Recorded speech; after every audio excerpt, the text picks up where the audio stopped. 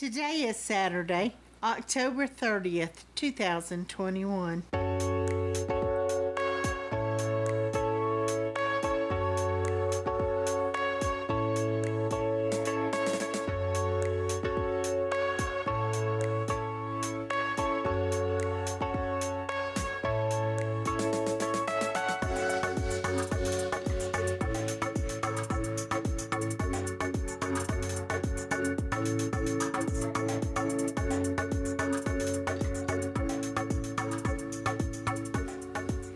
Welcome to the Survivor Fans Podcast. I'm Joanne. And I'm Stacy. And this is the listener feedback show for week 6 of Survivor 41.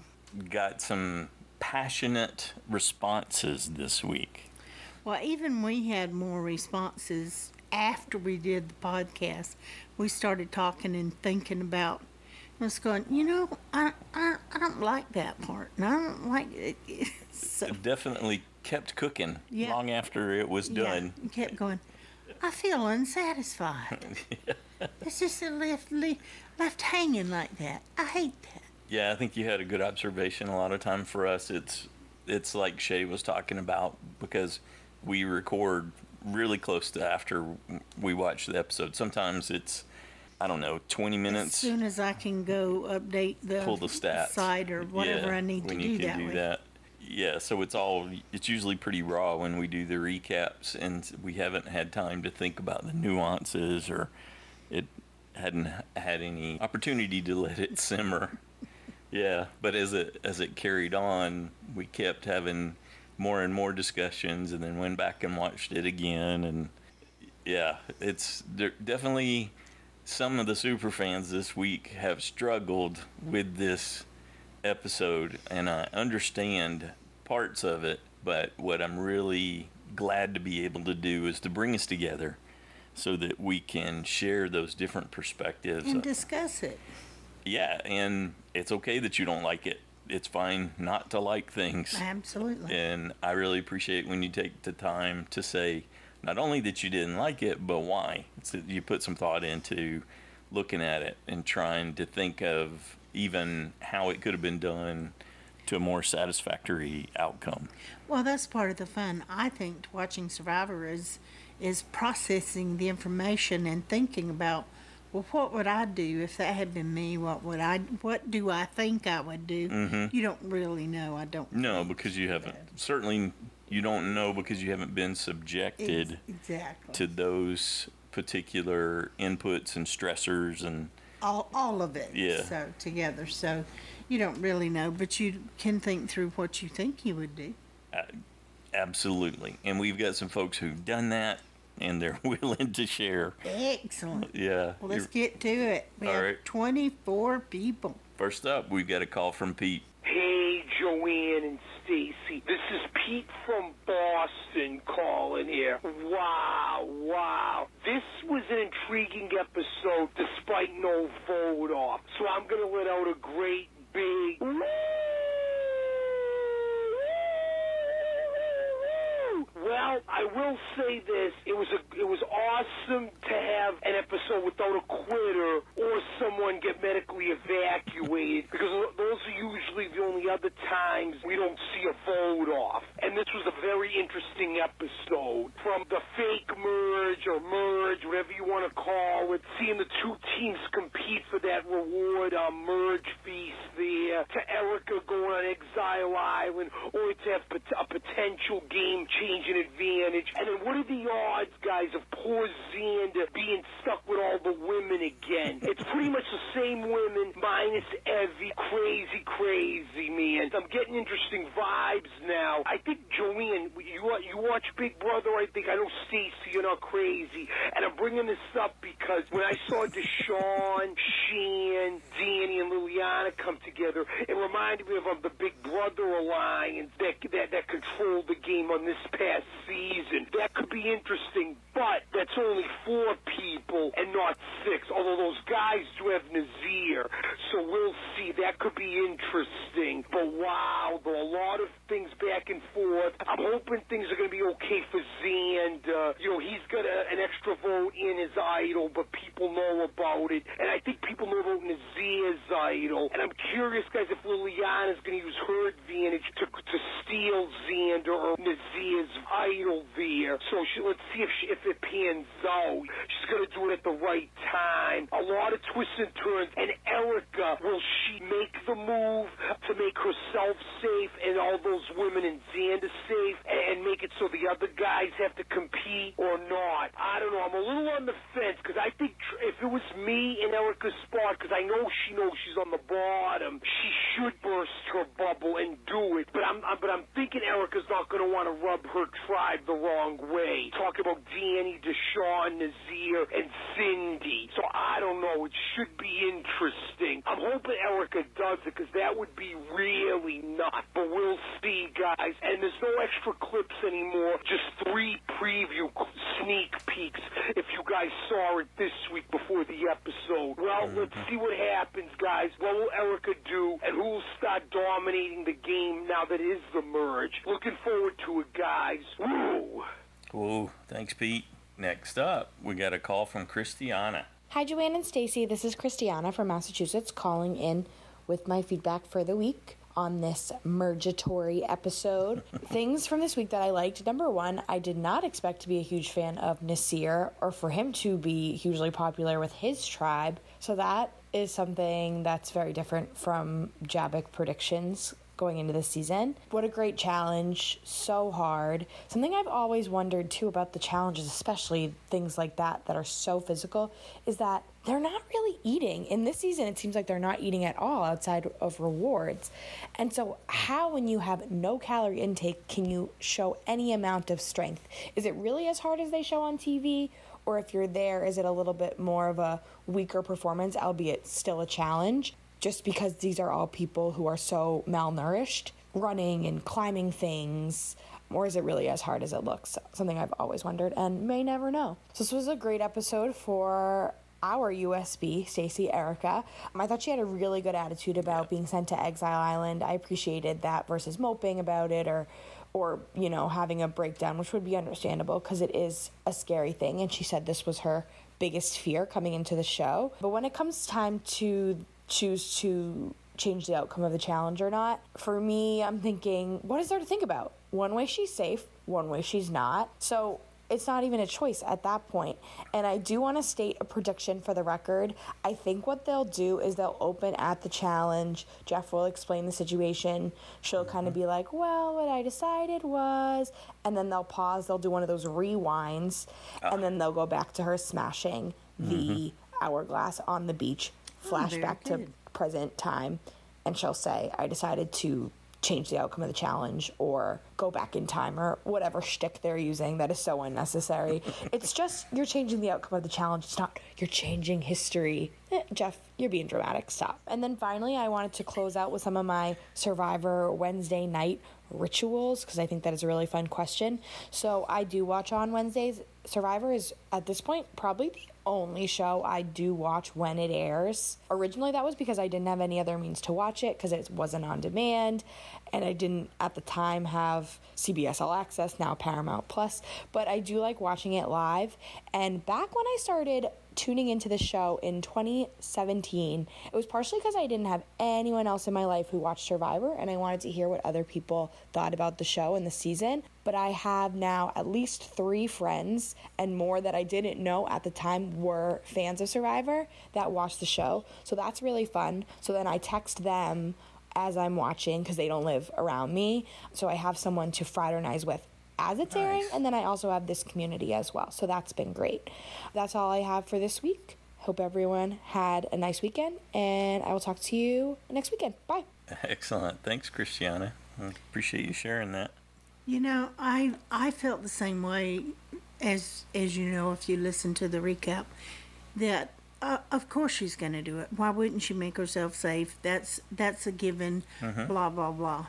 And then I thought about it, and I thought, but I could see that it's feasible. She could go, look, there are 4 of my 5 other original cast members that I would be sending in jeopardy.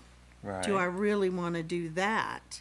Or will I trust them to save me and have that going forward for the long-term game?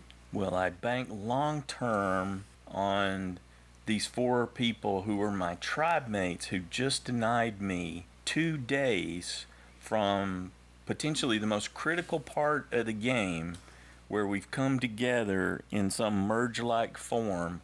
Will I decide to side with them and protect them after they lied to my face and told me that we played rock, paper, scissors, and that's why Nasir is with us and you're going away for 2 days? 2 nights, 2 days. Well, I believe that she will do it, but I think she's going to do it in part because it's the biggest move ever, the most power ever given to someone, and to not use it would feel like, oh, you let the show down. Wah, wah. You let everybody down. It was a bust. You didn't use it. He they gave her gave you that. power and you didn't use. And I think that's really why she will decide to. Yeah, and building too on both what you're saying and what Christiana said. We've already seen in the next time on Survivor, she climbs up the hill on Exile Island to contemplate her choices. You know, that's part of the scene where she's thinking about it in the next time on Survivor portion there. So yeah, they will jump back, flashback, and show that. Of course, they'll want to milk it. Yes, and when Probst is giving her a line like "make history, change The history," biggest yeah, and most powerful move. he's history of telegraphing awfully hard what he thinks wants her to do. Yeah, she should do. That's why I think she will. Yeah, yeah, could be. But I really liked Christiana's theory about how it was going to play. Yeah, out. yeah, So yeah. That was cool. And she's willing to put that out there. Cool. Yes, she's on the record. Good job, Christiana. Next up, we got a call from Robert. Hey, Joanne and Stacy and Survivor fans. This is Robert calling from Canada. I hope that everyone enjoyed the episode this week. I thought it was a pretty good episode. I was disappointed that there wasn't a vote out. It was interesting to see Ricard and Shan, after Tribal Council, their whole relationship saga continue. I've definitely been on Team Shan through this. I don't know, I find Ricard a little bit sneaky, to say the least. But I wonder from his perspective if keeping the advantage was a good idea. It's hard to tell without us being there, but I can't help but feel he maybe would have had better trust with Shan if he had followed through and did what he said and give it back to her. So it's kind of ironic, him saying that he doesn't know whether he can trust her and stuff like that. But the challenge was pretty good. I thought the Junior Survivor Challenge, it took us a while to solve this one, but it was a nice throwback to Angelina asking Natalie for her jacket. I thought I was going to get a vote off point this episode because I had Xander as my vote off, so that was a bit disappointing, but maybe we'll see what happens next week. It'll be interesting to see if him and Nasir team up at all. And it was good to see Erica get some extra time on TV this episode, a fellow Canadian. It was good to hear more about her story and see some of her personality shine through. So I think next week she's definitely going to break the hourglass. I think if she said to Jeff that she wouldn't, Jeff would probably say, I'm going to give you a mulligan. Let's see your answer again. We'll see what happens next week. Who do you guys see being in trouble for the getting voted off? Because there is potentially 2 people. So I'll talk to you guys later and look forward to hearing everyone else's feedback. Thanks. I totally understand Robert cheering for Erica there. Got to cheer for that fellow Canadian. So to his question, who will it be? Wow. I kind of think I know how the ones that are safe right now would cast their vote. Yeah. But that won't make much difference if the others band together. Now, you would think Heather would stay and vote with them. But I'm thinking Liana, Tiffany, Chantel, Erica, and Xander, will not vote for Evie. For Evie. I don't know if Shan will want to vote Ricard out or not. I think for me, he's a possibility. I think Ricard's on the block, and to Robert's point, getting to see those exchanges and hearing Ricard say that, Shan came to me 5 minutes before Tribal and put this pressure on me to give the extra vote back. And several people are going to be talking about that as we go through here. Who's more in the wrong, or who am I in favor of in the Shan versus Ricard exchange? But certainly she threw the first punch as far as I'm concerned, with coming in with the time pressure, asked to have it back to be able to go to tribal council with everything. Well, and it depends on, are they going to go for the strongest? They're going to go right for Danny? They could. But I don't know. I think it depends on, in part, how safe Xander feels with the other men. Mm-hmm. And there's just so many variables. If Heather's sticking with her original tribe, she may not vote for any of them. We didn't get a lot of clue if she was trending towards the Women's Alliance or what she was. She still was very purple in this last episode, wasn't she? Yeah, there's really not showing a for sure Women's Alliance. I think you've got certainly a great point. Danny is such a high profile target, and again, performed incredibly in that challenge and stood out because of that, even more so than Xander. I think Xander had to do a lot more work. So does Nasir. Yeah, so he's done awesome. Ricard, Nasir, and Danny are potentially, assuming she changes history, turns back time, are targets, and they've got to want to get Nasir because of all the power he has, and they know about it. Yeah. Though, we know if Tiffany takes a dislike to Sydney again, if she decides she can't trust her, she could also target her. Yeah, that doesn't seem likely, though, because they were all buddy-buddy. They were chummy, sharing information. And well, for the 2 seconds we saw them. The lock on voting out Erica, they seemed, they were fine with that. I think Tiffany's probably, she's appears to be well past her Holly Hole moment when she bugged out and went after Voci. So she's a little more level-headed now, at least from what they've been showing us. That's kind of minute to minute. She's so paranoid and untrustful of You think she everyone. could get spun around? She could, real quick. Yeah, I guess. Yeah, it's you don't want to pretend like it's obvious, but I think Ricard, Nasir, and Danny are all potential targets to answer Robert's question. Kind of leaning towards Ricard. Shan could do some magic with her new connections if she wanted to keep him, but if she didn't want to keep him anymore, this sure would be an easy way to get rid of him. He just wouldn't have much of a hope. Oh, all she'd have to do is say he is not trustworthy. I'm telling you, he's not. He's been my number one. Yeah. But he did things. He really made me. You can't trust him. Yeah, made me worried in that last vote off, and she can make up whatever she wants.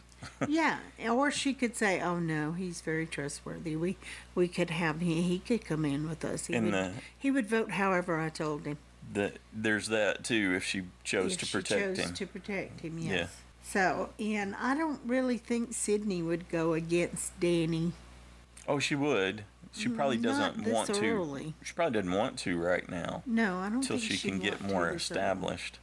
Now, what if we're way off on a side tangent here. I know we are. We probably shouldn't be doing this.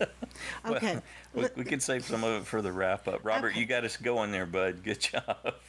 It's certainly things that we've been talking about too. So we had to shut down a big discussion we were having right before we got started. It's like stop. Save it. Thanks again, Robert. Next up, we got a call from Sophie. She's back. Hi everybody, it's Sophie in Texas.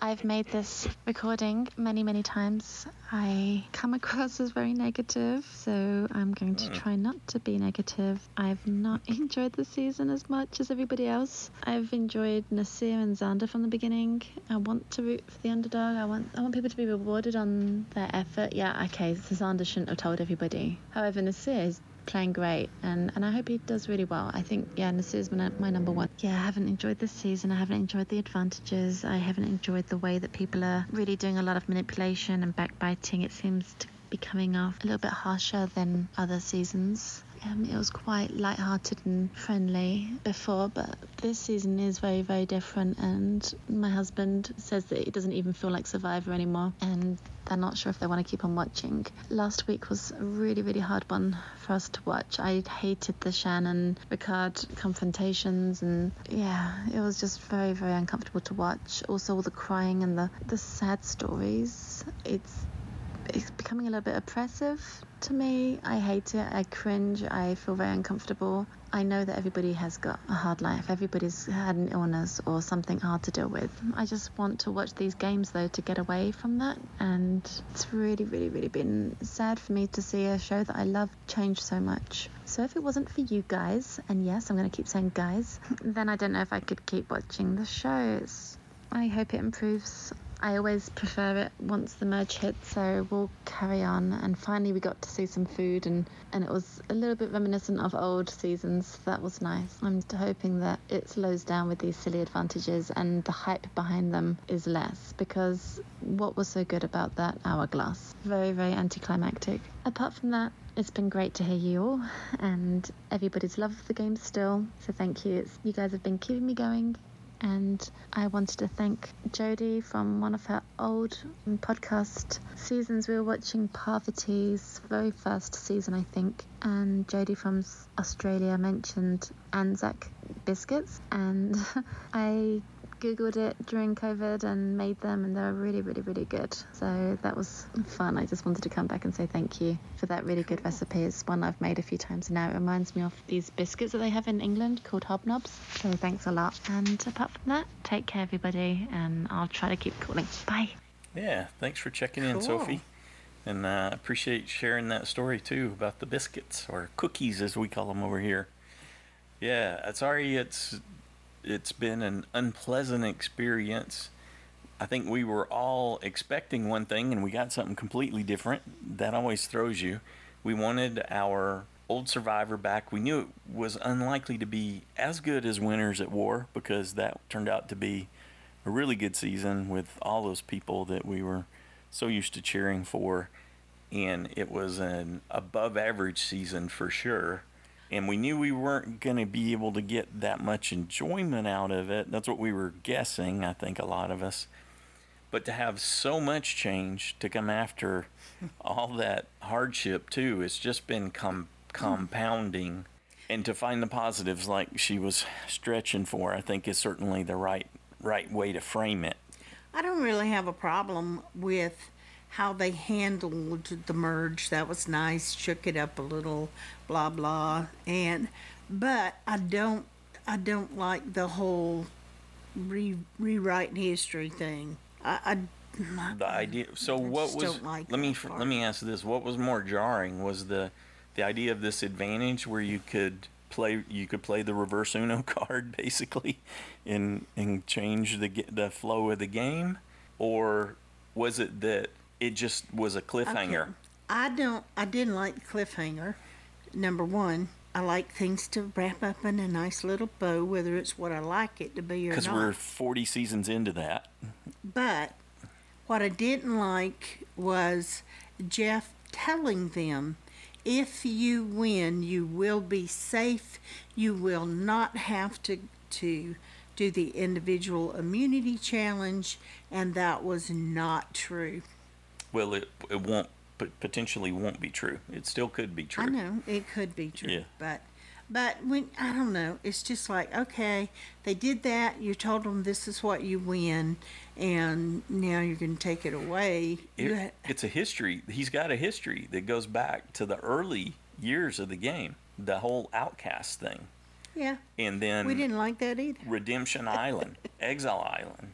I've never been a fan of any of those things that go against you lose you get your torch snuffed, you're out, and here's a way for you to get back into the game kind of thing. Well, I do think this is the biggest thing, because she has the power to affect so many of their games. Yep.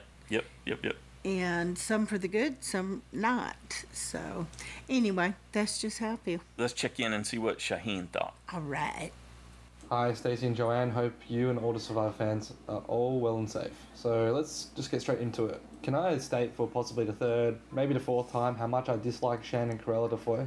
I just really hope their behaviour is game-tuned and not anything that they display into their day-to-day life. They've painted themselves as pretty petty and cold individuals. I really dislike them, and I really want to see one of them go as soon as possible. Preferably Shan. She's a very good player, don't get me wrong. But I think Ricard is catching on to this, and I wouldn't be surprised if this alliance blows up in the next episode or two. So we go to Yase, and how cute is it that Xander thinks he's tight with the other three women? It's so adorable. Just wait until all three of them stab you in the back. Surely he's not that naive. Maybe? Probably. Ua really loved the positivity beaming from Nasir, whilst Deshawn contrasts this with, this could all blow up as soon as the merge happens. Someone is reading the game incorrectly, so it'll be interesting to see how their initial alliances hold post-merge. I'm getting a bit tired of the fourth wall stuff from Jeff now. Didn't mind it at first, but can't we just go back now to the days when, Jeff, you surprised me instead of spoon-feeding me what's going to happen? I don't think you can change my mind about how this merge kerfuffle is. It's a merge. There's no purgatory. One group was given the opportunity to eat food, the other didn't. Just treat it like a hybrid challenge, if anything. Not surprised that Nasir was chosen, but his reaction and lack of empathy for Erica was surprising, as it highlighted a possible tiredness and dislike for her within the tribe. To forge an excuse to kick her off to Exile Island, then for Nasir to just completely blank, it was cold. Jumped up in the air and then completely ignored her. Not only did it show to me her position in that tribe, but also how much they liked her, which was little to none. Maybe it's stuff that we're not seeing in the cut. Beware of Tiffany. That woman is on a warpath. I love her game, and I can't wait for her to cut throats and push them under buses. Her, Deshawn, and Danny are my post-merge favourites, but my pick will probably be someone else. I haven't thought too hard about it just yet. Could be someone like Evie, could be someone like Shan, I don't know. Their threat levels are extremely high at the moment, though. There are a lot of big threats in this game. Final point, the way that they provided Erica with her power, at least the wording behind it, was just too cheesy for my liking. I would have liked to have it explained in just plain English. You know, black and white, no change, you know, the course of time. Just feels like a cheesy filler. Just tell us. You're just going to swap the decision. That's it. I can't wait for what she does, though. Hopefully she does do it, because she has no chance if she doesn't. So thanks for all that you do, and talk to you next week. Thanks, Shahin. Yeah, Jeff's definitely injecting himself into the episodes more with his break the fourth wall and with the drama of the change history motif that he's putting out there. Next up, we got a call from Michelle. Hi, Jan and Stacey. It's Michelle from Minnesota, pulling in at the last minute again. Voicemails have always been my Achilles heel. I always get tongue-tied when I'm leaving a message. This time, though, I made myself a script, and hopefully that'll help me sound less addlepated. Well, I was partially right with my thought last week about them having to do a competition to decide which new tribe they'd be on, but I was wrong about them being on two tribes since it was a complete merge. It was kind of a cruel twist, only giving half of them the merge feast and the other half just got rice. But if Erica chooses wisely and decides to stick with the yellow tribe and give them the reward of immunity, don't they also get a feast? I can't remember that part. I was going to watch the show again to be sure of that fact, but I ran out of time. Go figure. Poor Erica, she got the short end of the stick again. That girl sounds a lot like me. She can't catch a break no matter what she does. So, if she chooses the yellow tribe, maybe her luck will change. We saw Nasir say that he has an idol and nobody knows, so we know he kept his mouth shut when he found it. Good for Nasir. His daughter taught him well. Of course, the rest of his blue teammates could have figured it out when he said the phrase, but not necessarily. They may have forgotten about those phrases or weren't paying attention. Nobody has said anything, at least not that they've shown us. I can't wait until next Wednesday when we get to see how it all pans out. It's going to be a long week. I wonder, once they're all playing together for immunity, if they'll keep voting out the strong people like they did in the yellow and green tribes before. So, in other words, all the men. But if the African American people stick together like they're saying they're going to, they might have a chance. But because Shan is such a backstabber, I don't know if it's going to go all the way to the end. I can see her turning on them just to get an advantage. She's already shown us that she'll do that. And I would hate to see her win. I really want somebody with better character and morals to win, and it would be great if it was one of the black people, because has anyone black ever won? If not, it'll be another first, like on Big Brother when someone from the Cookout won and made it the first time a black person had ever won Big Brother. I would love to see that. So I guess that's all except for your question about our survival rituals, or survivor rituals are. I used to make sure I had dinner ready in time so that I could eat when Survivor started, but I found I was missing too much when I would be getting another fork full of food. You have to look at your plate for that, and that takes you away from the show. So now I plan supper to be done when Survivor is over, and I can eat while I ruminate over what just happened. I guess that's all I have for this week. I hope everyone has a great week. Bye-bye. Thanks, Michelle. What is it you call it when I do that? Food blindness? Food blind, yes. Yep, definitely. We do something similar. So not with Survivor, but with another show that we watch. Yeah, that we like to watch when we're eating. Yeah.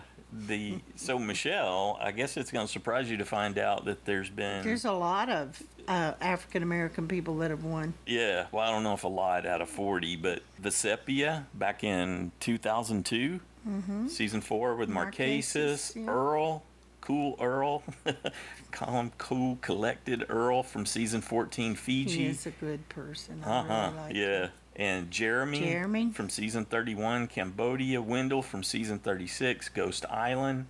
And if you expand a little for more people of color, you got two-time the Queen, Sandra. And then you've got Yule, and you also got Natalie Anderson, who played one of the most dominant, one of the best games ever.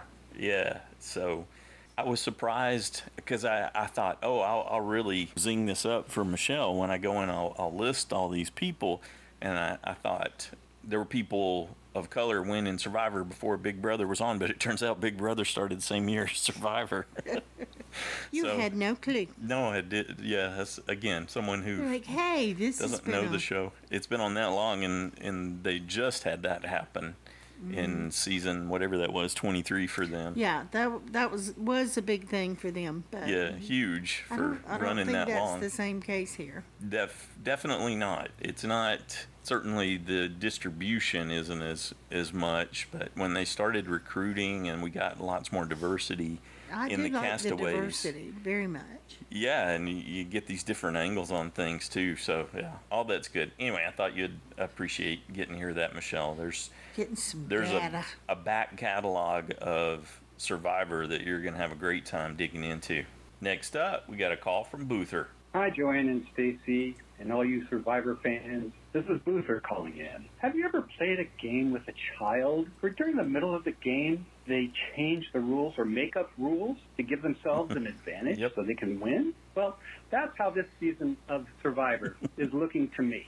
They keep on changing the rules so that somebody can win. Survivor's been on for 41 seasons, and this is the most disruptive one they've had so far. It's a totally different game. Now Erica has been given the ability to turn back the clock 2 days and get immunity. If I were her, I would have broken that hourglass when Jeff handed me the hammer. Bam! Done. This is an individual game once you get to the merge. Just think of the joy the yellow team will have of being immune at the next tribal council. And just think of the sudden terror of the blue team. Having thought they were immune going into the next tribal council, now going to have to vote out one of their own. With this turn of events, I hope the yellow team then gets to have a merge feast that they missed out on. It's only right.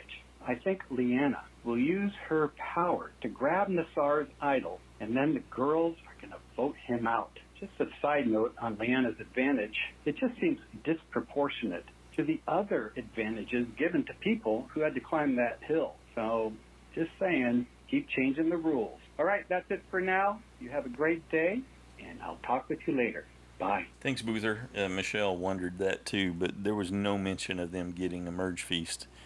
Yeah. It's just that it would flip and they would be immune. One thing I appreciated about Erica was that her first response was, how long do I have to think about it?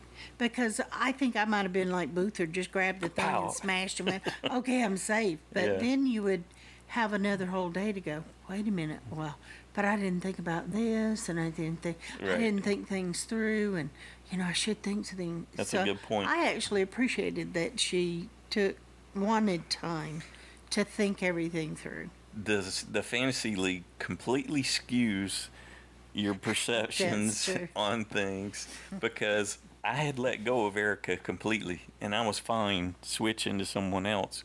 But now I know I'm in the minority, because I thought, awesome, Erica's got to stay. She's got a chance, and if she does this right, this could be the beginning of an incredible arc for her. And you would keep her, yes, and then she'll go home the following week. The next week when she's not immune. Yeah. Yeah.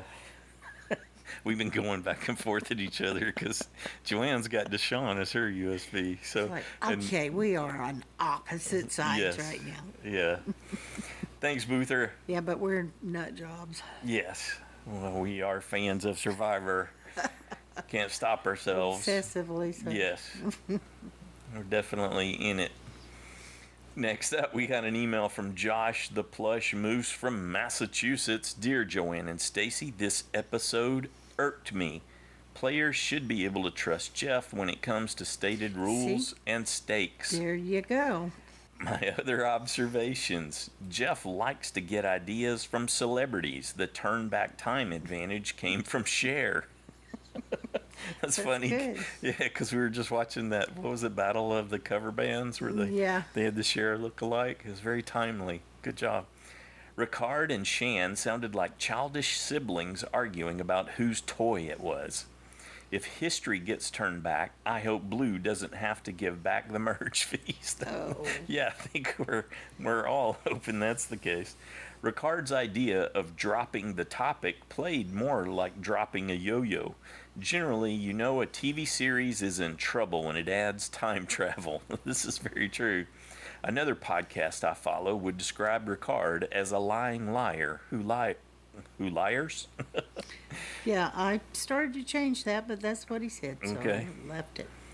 The merge note said, have some fun first. Jeff has a warped idea of what fun means. Shan has her theme, Luvu's should be shattered by the Rolling Stones.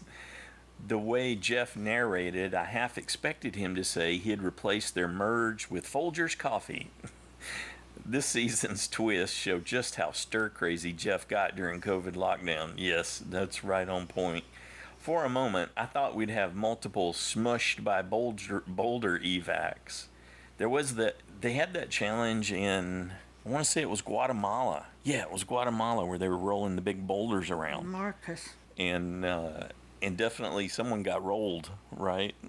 Oh, you're thinking of that one in Gabon, aren't you? Yeah, why wouldn't I think of that one? You're thinking of that for a completely different reason that we are not going to go into. I can't help it. That's just where my mind went. Big boulders, Marcus. No, I'm talking about the one in Guatemala they were playing on a flat surface, not rolling down a hill. And I think people did get rolled over by it. Oh, all right. I'm going to leave that one and move on. Move along. Back to Josh. Jeff said the winners were immune, so now players need to figure out if he's lying. I wonder if Blue bothered to mime doing rock, paper, scissors for Erica's benefit. It did not appear to be the case. Yeah, but we know they edited it. It could have, yeah, there was definitely a cut. They would. So, Jeff really targeted Danny by calling him the best athlete. The Survivor God seemed to really hate random but evenly matched teams. Jeff is doubling down on you gotta dig deep after losing come on in, guys. Nasir's dingbat music when he said he was safe foreshadows what Erica will do. Okay. Let's go back and check that. Shan and Liana bonded, but I can still see Liana stealing Shan's immunity idol. I'd like to think that was the case too, but I think Shan's gonna pull. She wants to go after Xander, I think. Shan's gonna really pull one on Liana. She's gonna be hurt after or use it everything on plays out. Yeah. Yeah, they could use it on this year. That would benefit them if they're going after the other tribe. So Yeah, and it may work out gets that another way. idol that much closer to Shan, too. yeah, Note to the other players, if you lie to Tiffany, she won't trust you. If you're slow to share intel, she won't trust you. If you tell her the truth, she won't trust you. that's about it. Yeah, I like that. Thank you for setting that up that well. That was great. That was fun to read. Merge Feast, the world's most insincere cocktail party. Tiffany's theme sounds suspiciously like dingbat music. Deshaun wants to use a diverse arsenal to win the game. Okay, see what you did there. This season's twists are starting to remind me of the horror movie Escape Room, and I have no reference for that.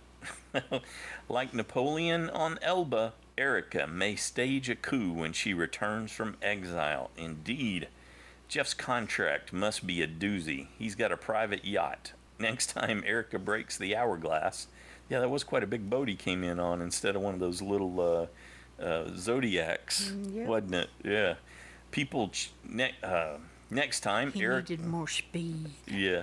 Next time Erica breaks the hourglass. People cheer. People boo. Stuff happens. Anyway, that's it from me for now. Thanks, Joanna and Stacy, for all you do. I can't wait to hear what the other fans have to say. Stay safe, everybody. Thanks, Josh. Good job, bud. You know, Jeff talked about why his voice was so hoarse. What did he say? When I he forgot. talked to Dalton, he said that he was just out of practice. You know, before he had trained himself and knew how to do that kind of yelling without hurting his voice, and he just was out of practice and just didn't do it. He'd lost it. Lost his over the break. conditioning. Yeah. So, He was too busy. and just he didn't use his voice properly. Yeah. He's working on fire token problems instead of keeping his voice ready. Next up, we got a call from Aubrey. Hi, Joanne and Stacy. Hi, Survivor fans. This is Aubrey from Iowa calling in with my feedback. I have been listening to your podcast since Survivor Cagayan, which was Brain, Nice. Brawn, Beauty with Spencer and Aubrey and Cassie. And this is the first time I'm ever calling in. So what would compel me after all of these years to finally call in with feedback? Well, I'll what? tell you why. Because I don't think that the survivors played Survivor in this last episode. I think production played Survivor. I have never seen so much interference into the game, and it culminated in this episode where the survivors made almost no decisions. Everything just happened to them, one twist after another, brought on by production. And the advantages that they've come up with this year. Now, I love a good Tyler Perry idol as much as the next guy, and I was intrigued by the start with some of these advantages, but we've made it all the way to the merge, and not a single advantage has been used yet. The knowledge of them is certainly affecting some of the gameplay and the way that people are making decisions, but they're not actually using them. I feel like Survivor production got stuck home in the pandemic and couldn't do anything but think up different ideas for the game, and then just decided to do all of them at one time. It's just a little much for me. On my favorite show, I really want to see the survivors outwit, outlast, and outplay, and I feel like they're not getting a chance to do that to the full extent. So I'm hoping this was just a temporary lapse in judgment for one episode and that we get back to good gameplay. And the next episode, we'll see what happens, I guess. So thank you so much for the podcast and for JSFL. I love trying to figure out what's going to happen. Speaking of Cagayan, that's another season where one tribe just got decimated. And I'm proud of myself for remembering that. Stacy, I would like to know what vitamins you're taking to remember all of the different things that have happened in previous seasons, because I am a big Survivor fan, big enough to listen to a podcast and to play a fantasy league, and I can't remember even a small amount of what you know about the show. So thank you guys so much. Have a great week, everybody. First, great job on your first call in. I really enjoyed that. Excellent. Yeah, getting to see things from your perspective. That was excellent. And thank you for the compliment. Unfortunately, I cannot take credit for that Google stuff. vitamin. Yeah, that's probably Or it. the Joanne vitamin. Sometimes I help. A good dose of Google, probably. Yeah, I used to have a really good memory, and certainly I got myself all the way through high school just on memory alone. I had a great memory. I had visual recall, where I could go through and read a chapter and go in and take the test and then see the answers in, just like it was in the book, like that. And that started to fade in college, but I remember distinctly when the year I turned 36, I noticed that my memory had decreased significantly. But then you started to make fun of your sweet wife, whose memory was going, and you made Who had a head start on me. so much fun of me, and then it started happening to you. There you go. And I started having to tell you things, and I'm like, So I don't that's always. what happened. Some things I can remember about the earlier seasons, Yeah. And that's classic old age stuff where you remember the older stuff better. But there was a period in the 20s that were just craptacular seasons, in my opinion. I didn't enjoy them very much at all. I enjoy spot things of things that, stood out to me, but you're always saying, well, what did that season come after that? It's like, I don't know.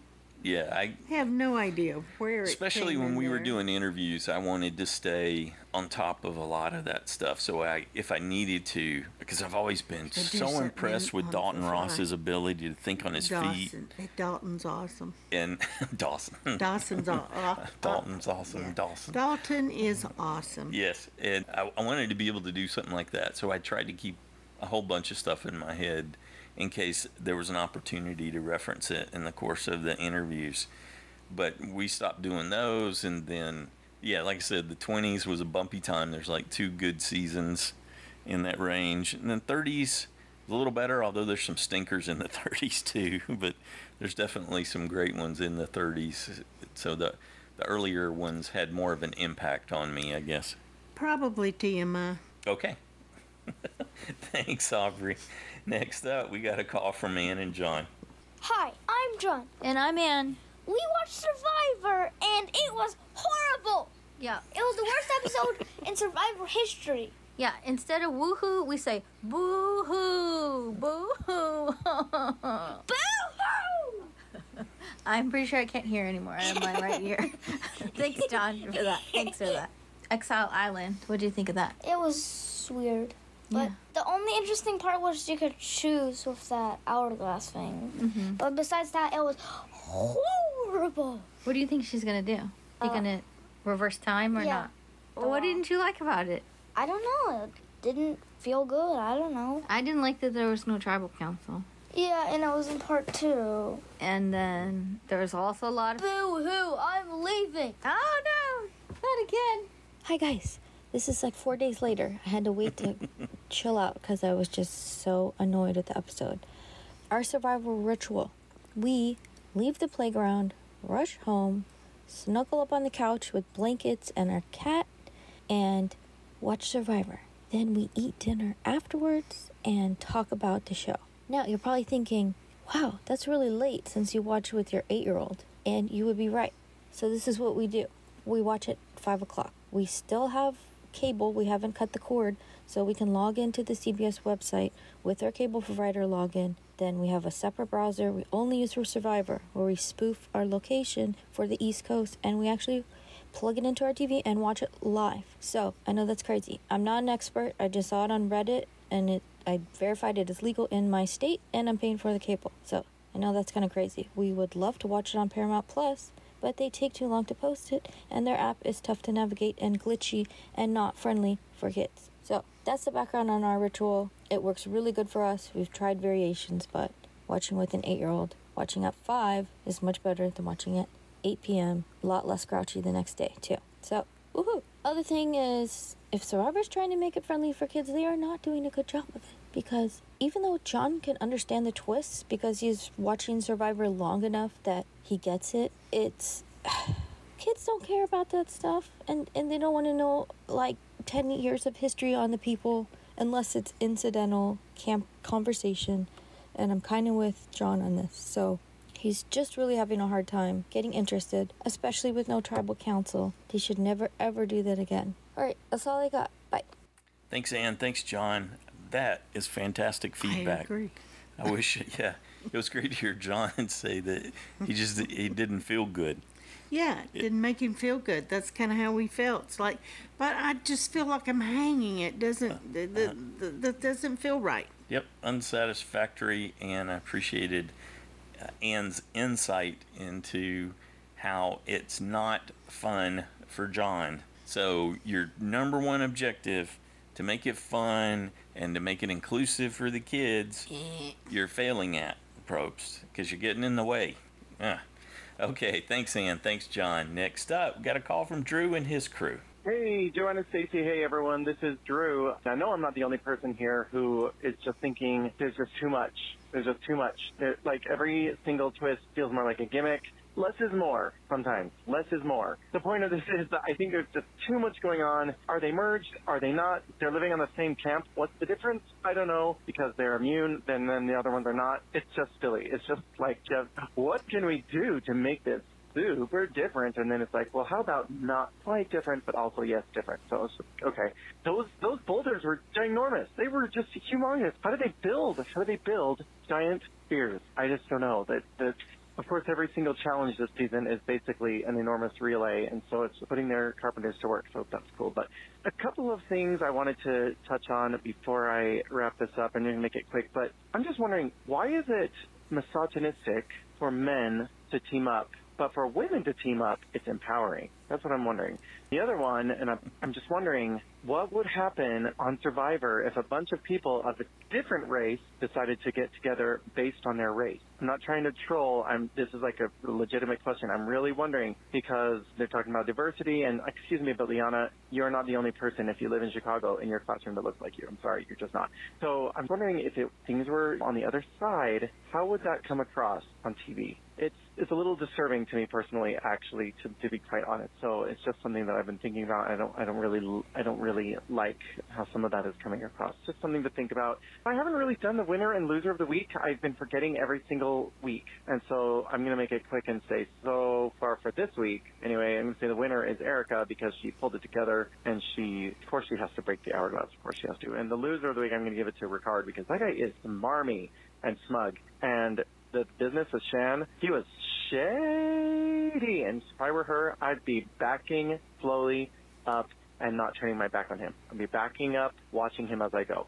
Okay, if I get a chance to show the kids the challenge tomorrow, maybe we'll call in with just a few thoughts. But anyway, have a great weekend, everyone. Bye. Hey, Joanna, Stacey, and everyone else. This is Drew again, and now I have with me Adelaide and Milo, and Charlie and Felix are here too, but they're just kind of off to the side. So we just watched the challenge. Was it pretty exciting? Yeah. What did they have to do?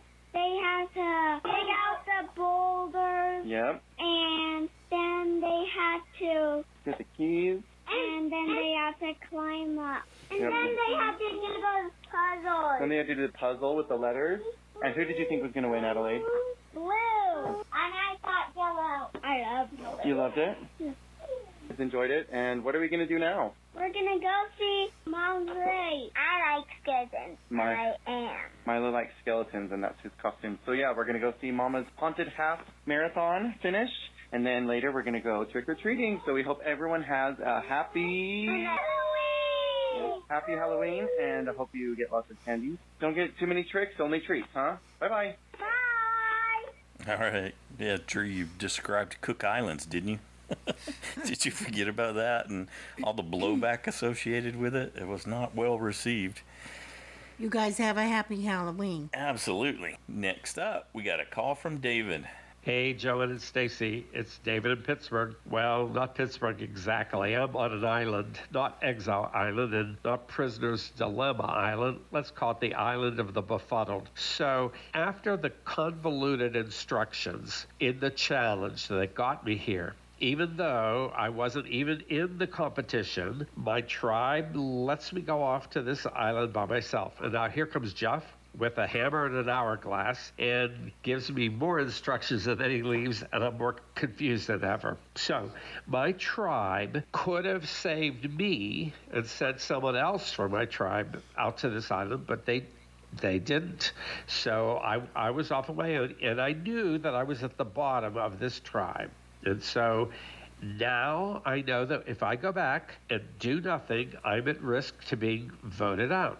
But if I smash that hourglass and I go back, my tribe mates are at risk, at least one of them is, but I'm safe.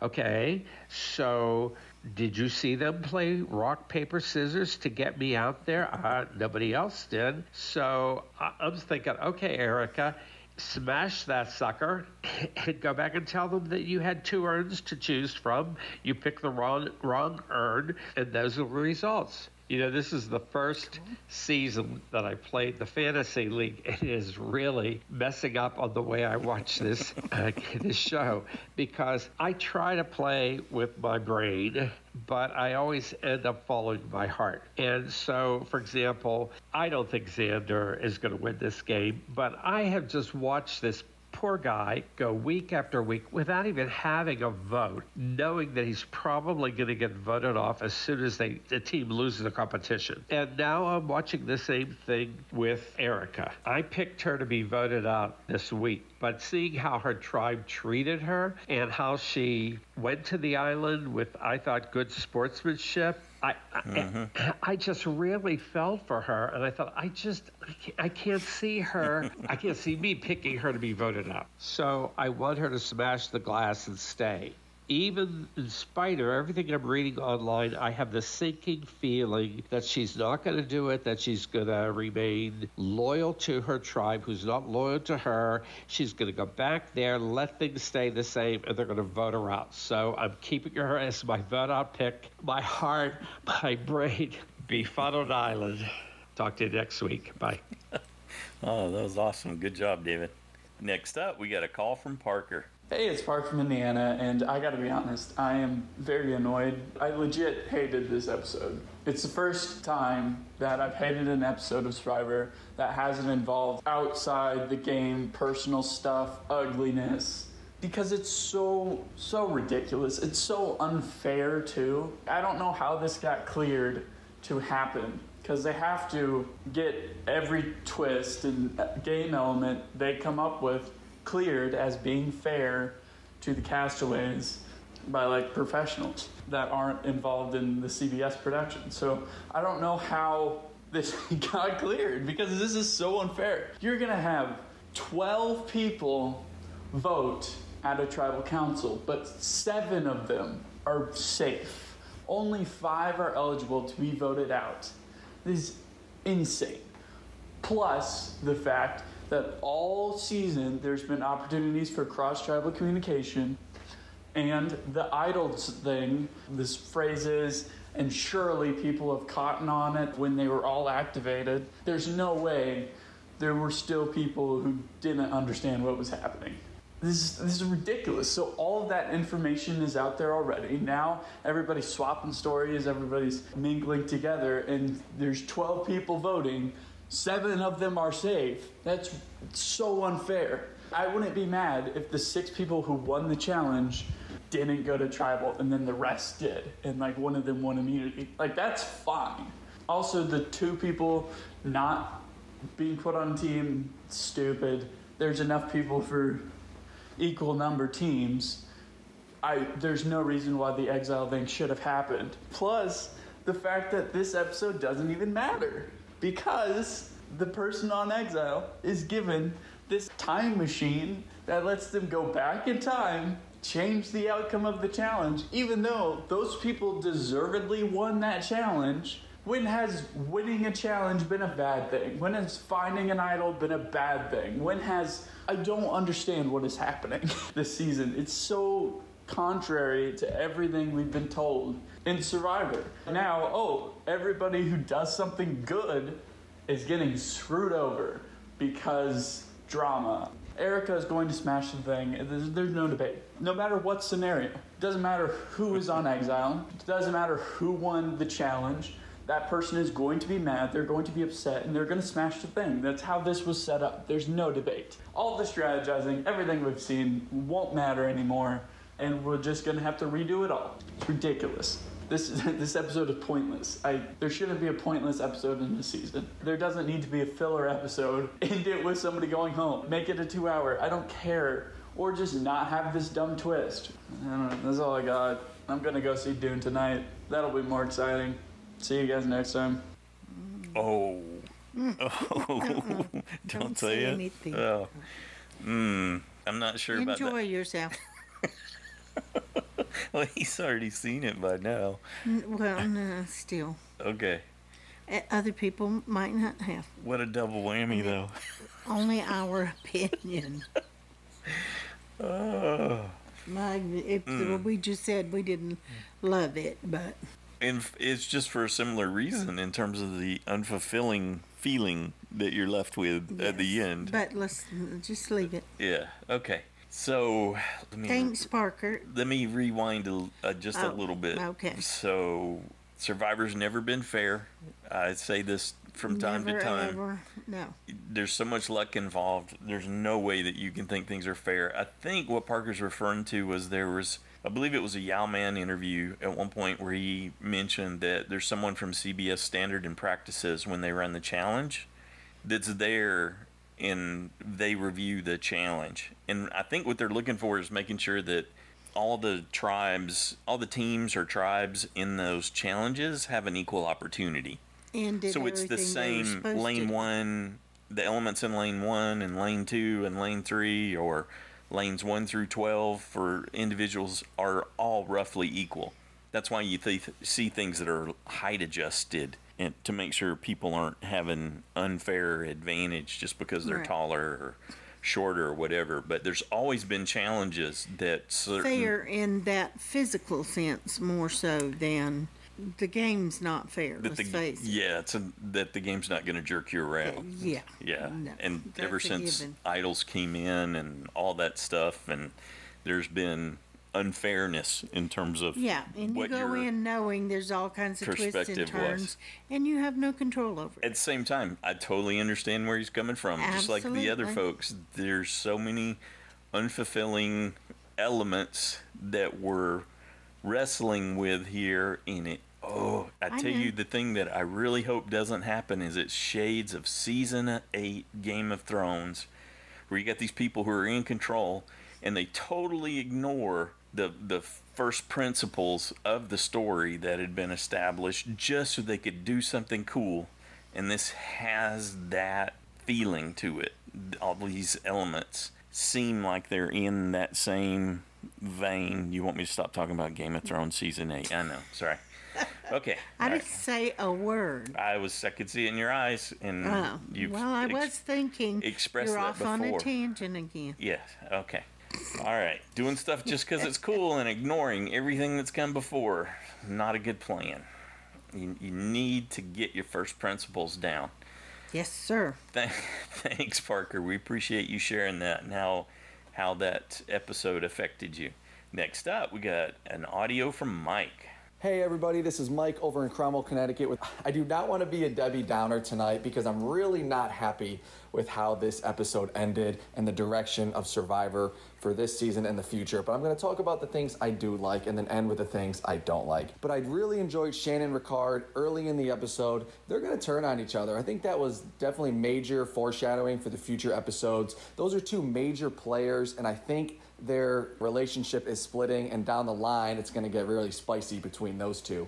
And I absolutely loved that challenge. I mean, the pure emotion and fight and grit to win that challenge. I mean, you saw bruises on people's shoulders, shins, faces. Yeah. People were beat up. They were tired. They were fighting. They were digging deep, just like Jeff says, to earn that buff. And man, was that just rewarding to see. As a competitor, I absolutely loved it. I got chills watching that. And then afterwards, creating strategy, meeting new people, figuring out what's going to be the next play in the game. Classic Survivor, merge, meeting new people, strategizing. But what got me so upset was Jeff always says, dig deep. You're going to earn that buff. You're going to earn the merge. Blue did exactly that. dug deep and earned it, but all for it to be possibly taken away from Erica, who didn't even participate in the challenge, who now has an iron fist over the game. She didn't even earn that advantage. Jeff Probst literally gave it to her. That's not digging deep. That's not earning your buff. That is pure chance, and you're taking that away from the Blue Tribe, who absolutely busted their butt to win. And that makes me really sad as a Survivor fan, that you cannot be given anything in this game. My baseball coach used to say, the harder you work, the luckier you get. But now in this case, Blue worked so hard, fought tooth and nail to win immunity, to get that buff, to get the merge, just like Jeff says. Nope. Boom. Erica could change that just from a stroke of a brush. She didn't earn anything. Yeah, it was bad luck that she went to Exile Island, but she didn't have to go find a reward. She didn't have to go hike up a hill to get that. Jeff handed that to her. That's not Survivor. That's not Survivor, and that's gonna not reward the Blue Tribe, who fought so hard to win. Oh, man. I mean, I miss the old seasons of Survivor. I mean, it's very confusing. It's very convoluted. People are pausing episodes. People are going on podcasts to figure out what exactly is going on. Jeff needs to stop and get back to the basics that made people from all walks of life, no matter what color you were, no matter what age, brought people together from this amazing show. And it's becoming, in my mind, too emotional, too much luck, and too much chance, and too many advantages. Get back to let the players play the game, and Jeff needs to kind of chill. But thank you guys, and I hopefully, the season ends well, and I'll stay positive. Thank you. There you go. Good job on your audio, Mike. I just want to call that out. I know you're working on that, and you got a great quality recording. That was awesome. Excellent Job. Yeah, excellent work. Well, that kind of goes back to what Parker said. It ain't fair. It just ain't fair. Yeah, it does. It does feel that way. That's how I felt. That's why I said Blue earned it. He did exactly. He promised them. And I know that's, again, and that's just not fair. And then you got this, because I got the dog in the other side of the fight, on the other side of the arena. Yeah, there. That's what we were talking about before. We had to stop ourselves again. It's like, let's just save it. Here's someone who just got knocked out of the game for 2 days at one of the most critical junctures in the whole game. We all saw that too. To say that they didn't do anything isn't telling the whole story. Because she is his USB. And absolutely. Bottom line. But I believe it has a broader basis too, is that they could have made another choice. Like Parker said, there's no way anyone's going to make any choice but to break the glass. I beg to differ. I think Nasir would have looked at it differently. And I think that you could have said something even to Erica to make them think about looking at it differently. So in terms of their playing the social part of the game, with either one of those two... Maybe they dropped the ball by saying, don't worry, we've got your back. Because they didn't say any of those things. Don't worry about being out there, we got your back. Yeah. And you could have said a multitude of things that would have buoyed them up. You know why? And it would have worked for Nasir. I bet you it would have. And you would have said, we know you got the skills. You just took care of us for 12 days. And you're the best guy to do this. And then we'll have a place for you when you get back. And Nasir would have not broken that glass. He would have honored his tribe. You know why they didn't think of doing that? Because they don't got her back. Yeah, exactly. Okay. They didn't leave that door open in the social portion of the game. Alrighty, let's hear what Kim has to say. Thanks again, Mike.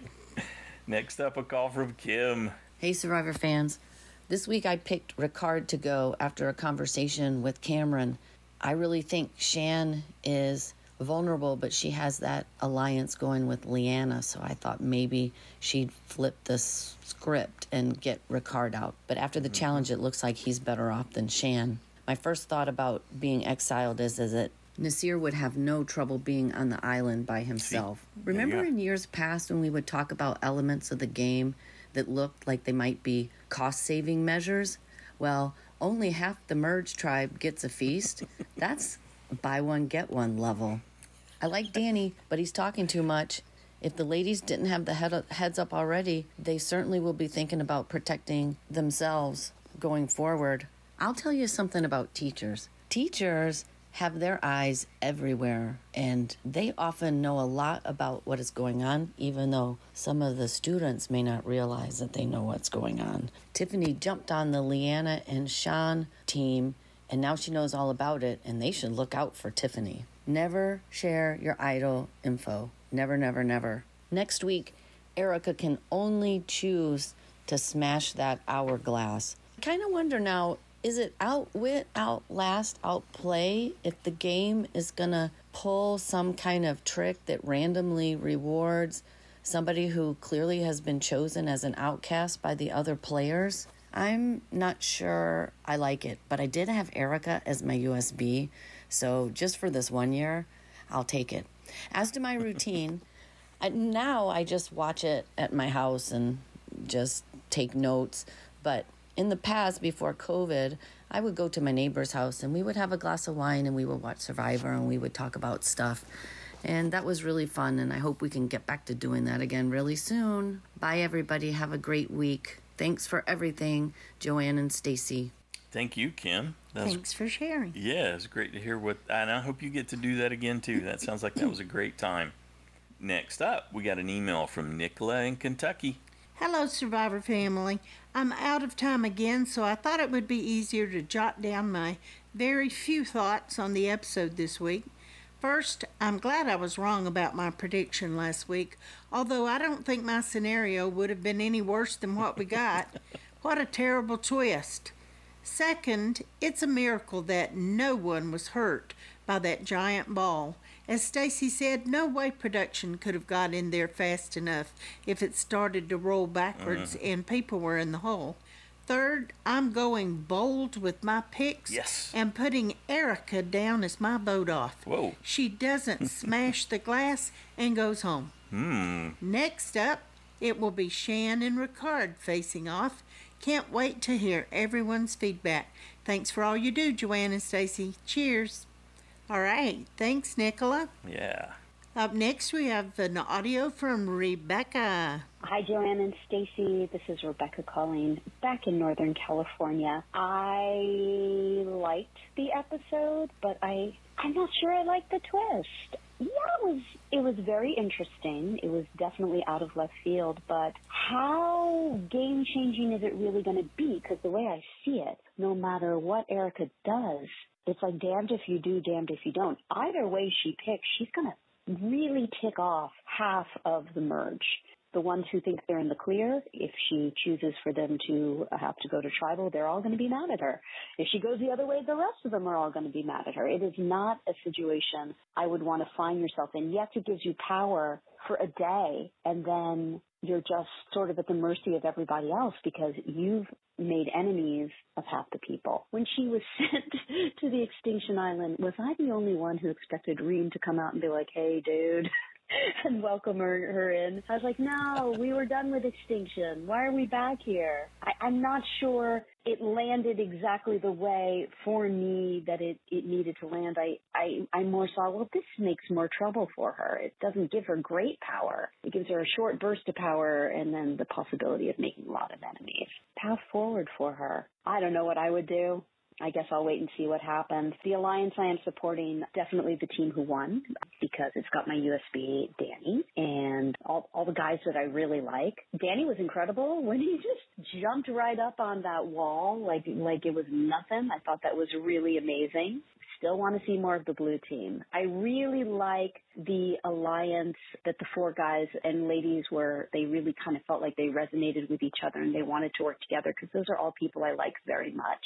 And I have no idea what's going to happen next. I have no idea who to vote off next. It's going to be an interesting episode. Didn't really like the twist that much, but I'm excited to hear what other people have to say about it. And hope everybody has a great day. Talk to you later. Bye. Thanks, Rebecca. Next up, we got a call from Rashmi. Hello, Joanne, Stacy, and all my Survivor friends. What can I say about this episode? It started off so well with the interaction between Ricard and Shan. Then I really did like, the merging of the tribes, and the challenge was great. Erica sent off to Exile Island or whatever island she went to, and then everything just went downhill. I really don't understand what's going on. You get an idol, it's not an idol. You get an advantage, it's not an advantage. You won a challenge, now you're not won a challenge. And it could all be for nothing. Well, I just wish I could just travel back in time and get to see a proper good old Survivor. This was a real useless episode. I was so disappointed because even a winner of the challenge is not a winner. There was nobody voted out.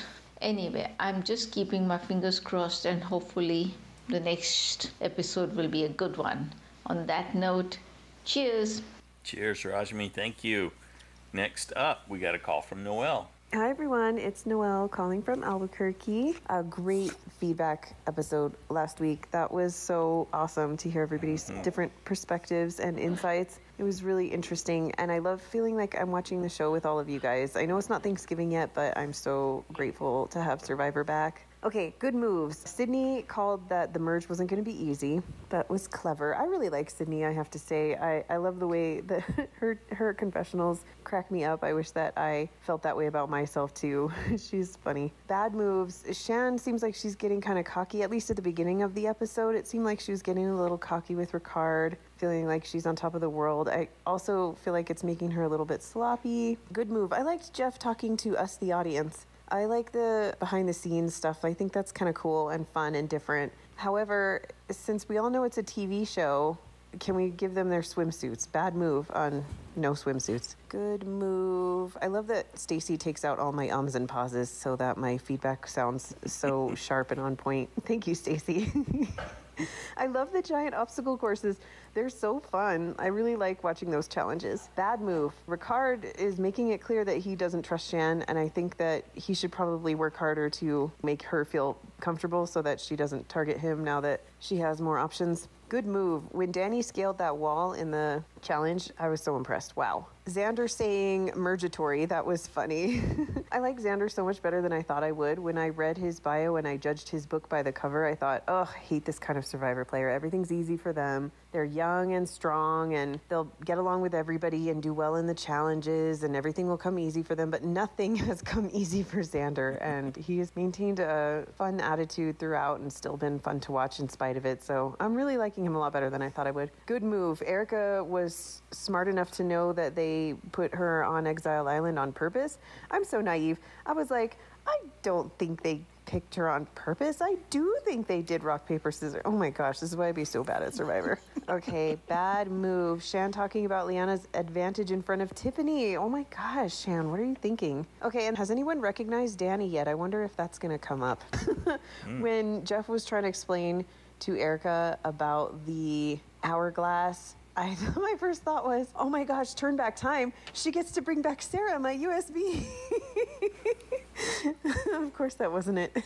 I just was like, what is this gonna do? Bring people who were voted out back into the game? That would be so crazy. And everybody who's in the game is voted out now? That would have been wild. I hope that she chooses to smash it because like her whole team, her tribe is targeting her, but I'm guessing that she will choose not to smash it because of that. I mean, even though they're all targeting her, I suppose smashing it is not gonna help her position in the game, but I don't know. That's a really tough call. I'm so curious to find out what everybody else thinks. Everyone have a great weekend. Bye.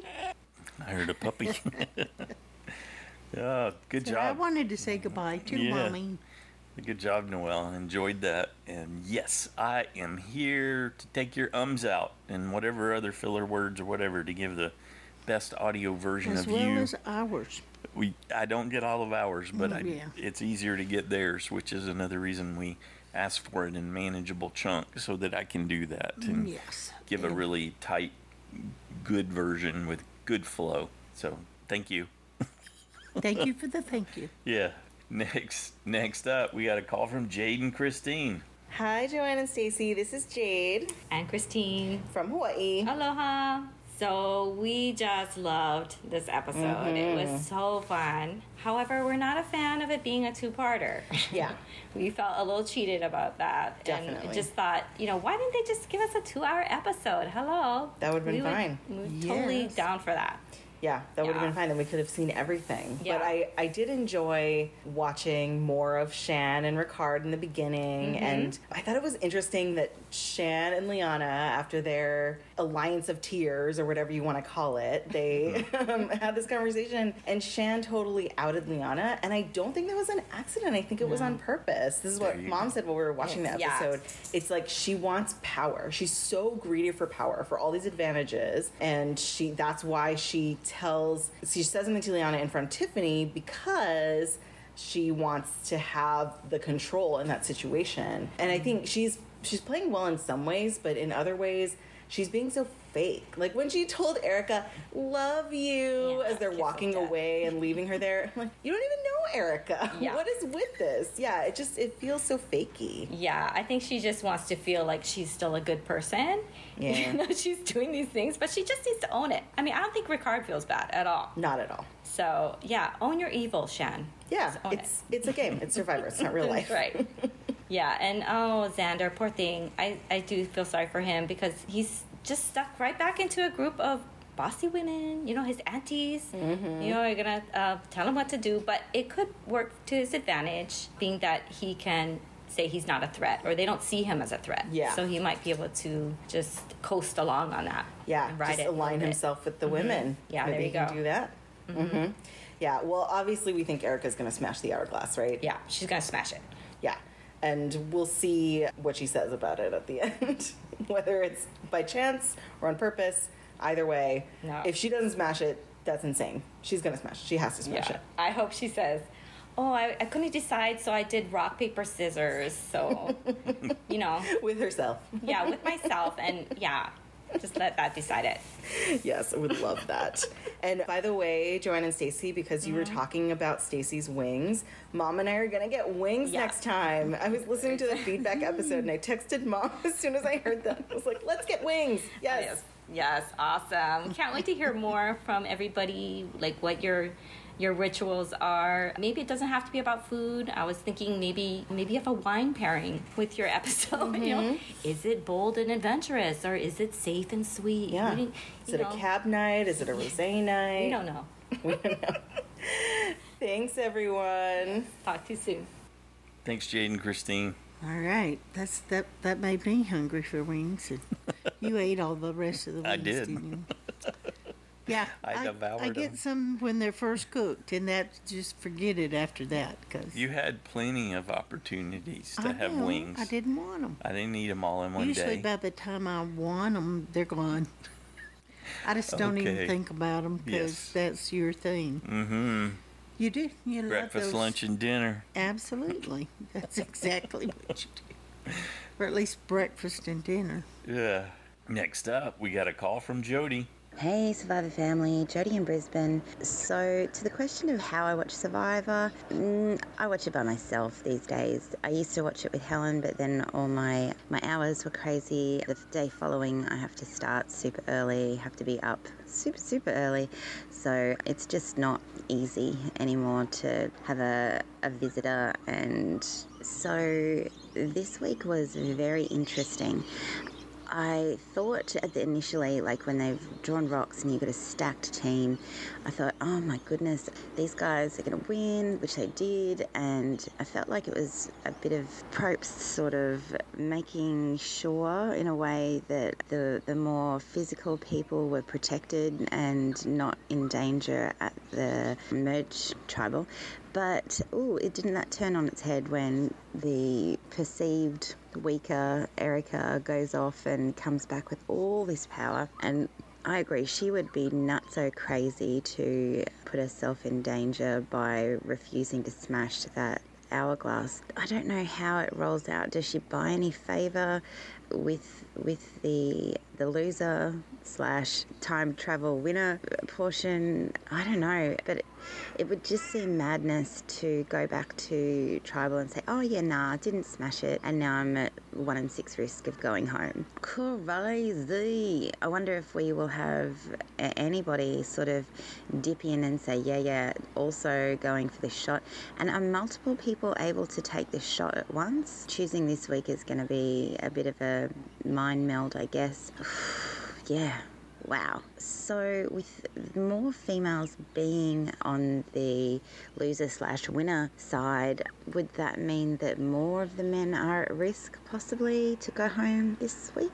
I don't know. Lordy, what a twisty brain thing. Okay, so I'm still thinking, I don't know who I'm going to pick. It's madness. All right, catches, and let's see what everyone thinks. Bye. Thanks, Jody. Next up, we got a call from Jeremiah. Hello, Joanne and Stacy. Hello, Survivor peeps. Jeremiah here. Man, that was crazy wild ride we went on, wasn't it? I mean, essentially what we got, though, in the end, was half of an episode. But you know, the more I think about it, guys, since they've got the shortened season, I have heard a lot of rumors that CBS really wanted to stretch this out to our normal 13, 14 episodes that we normally get. So I guess in a way, it kind of makes a lot of sense. Now, yes, would I have preferred like a 2-hour or 90-minute episode? Absolutely. I want as much Survivor on my television as possible, but I'm also okay with them stretching out so I get as many episodes as possible too. So the more Survivor I get, the better off I am. But it sure is pretty clear now what the monster is for season 41. It's all these crazy twists and turns and advantages, right? That's what the monster really is, you guys. It's all this craziness. Now, granted, a lot of this is kind of fun for us as viewers, but it sure wouldn't be that great for players, because I can't wait to see the look on the faces of the people on that blue team when Erica comes back, because we all know she's going to flip the lid and turn back time. There's just no way that's not going to happen, especially when one of the caveats was with making her safe by doing so. So this will be a very interesting next episode. And kind of nice for us JSFL players because, you know, we kind of have an idea of probably where the direction this thing's going to go. Obviously, we don't know who's going to win immunity, but, you know, because of this, I think I'm just going to stick with the person I had voted out. I'm sticking with Sydney. You know, I think that Erica is going to love the idea of taking out Sydney since she clearly was her least favorite person there. So I think that's what I'm going to go with. A few other little highlights from this episode that was interesting. The fact that we started off with more of Ricard and Shan, more of these deep conversations, showing the divide there a little bit. So it is pretty clear now that we're going to get some kind of resolve from this storyline at some point this season. And last thing I wanted to touch on is I know we had a few listeners ask about why we haven't seen anything from Ricard and the fact that he has hearing impaired issues. And I wanted that too. I think what's going on here is they like him and setting him up as the narrative, as the villain. And if they showed that he has hearing issues, possibly that could give people a feeling of more sympathy for him. And I think they don't want that, which makes me really think that Ricard is not winning. So I have to start thinking about a new USB. But maybe I'm overthinking this. I don't know. What do you guys think? And as far as my routine for Survivor, well, I work nights, unfortunately, now. So my routine is catching it as soon as I get home, which is usually pretty late in the evening. So there's my routine. All right, well, you guys take care. And until next time, this is Jeremiah from Southern California. Thanks, Jeremiah. We certainly know the edit gets influenced by the story arcs they want to show. Mm-hmm. Absolutely. And he may be onto something there for sure. Also, we saw a tweet from Ricard that said, and he showed a picture of 3 different tribal councils, the ones he's been to so far, that they have always seated him on the right side, the right corner, and which he appreciated because it helped him hear better. Okay, so they're taking steps to help make sure behind the scenes at least. So he did has an opportunity to, yeah, that's good. Not that I tweet, but I think Mike or somebody posted it on the Facebook page. Gotcha. Yeah, it's an interesting theory, Jeremiah.